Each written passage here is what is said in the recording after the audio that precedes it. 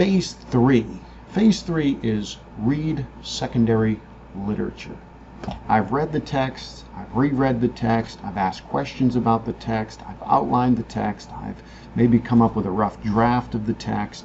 Now I want to begin testing and thinking about what others have to say in light of what I believe the text is communicating.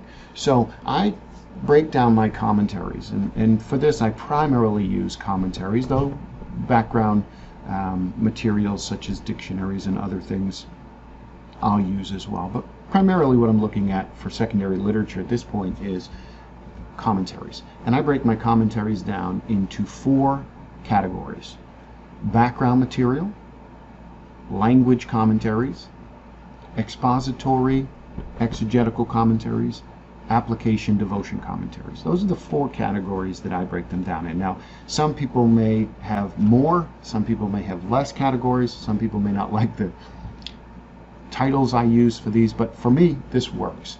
Background materials, what am I talking about? I primarily use the IVP Background commentary set, the Old and the New Testament, and the NIV Background commentary. I primarily use those as my background commentaries. And what I do is I will read the material, read what they have to say on the text, and I'll make notes. Something that jumps out at me, something that I think is important, and then I will read the next one. I read the IVP first, I read the NIV second, and then I make notes and classifications on all of that, just deciding what might be important.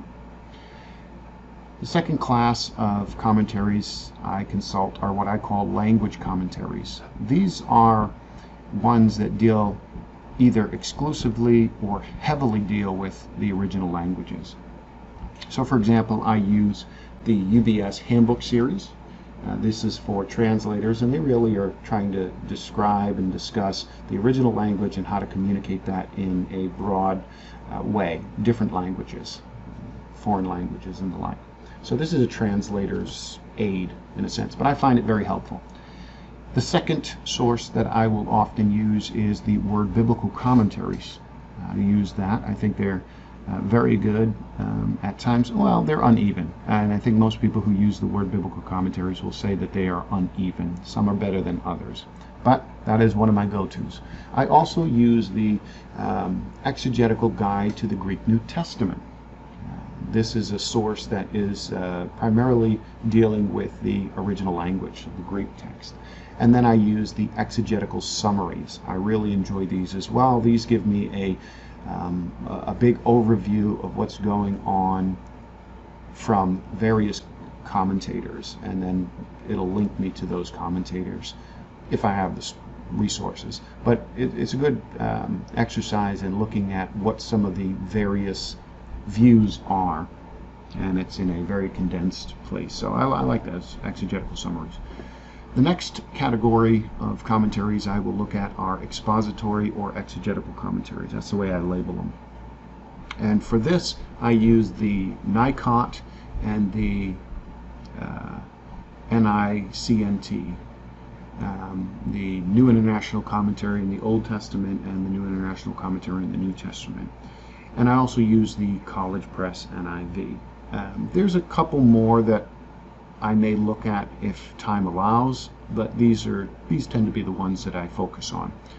And then if time is available, I will look at the application devotional commentaries, and for this it's primarily what I use is N.T. Wright's For Everyone series, the New International Application Commentary, and sometimes the Tyndale commentary. I've put those classified as the application devotion commentaries. That's pretty much where I put them, and that's only if time allows, because a lot of these devotional commentaries they can be helpful with illustrations and the like, but for digging into and understanding the text itself, I find them often are lacking. I'd rather spend more time in the language and the expository exegetical commentaries. But again, that's just me.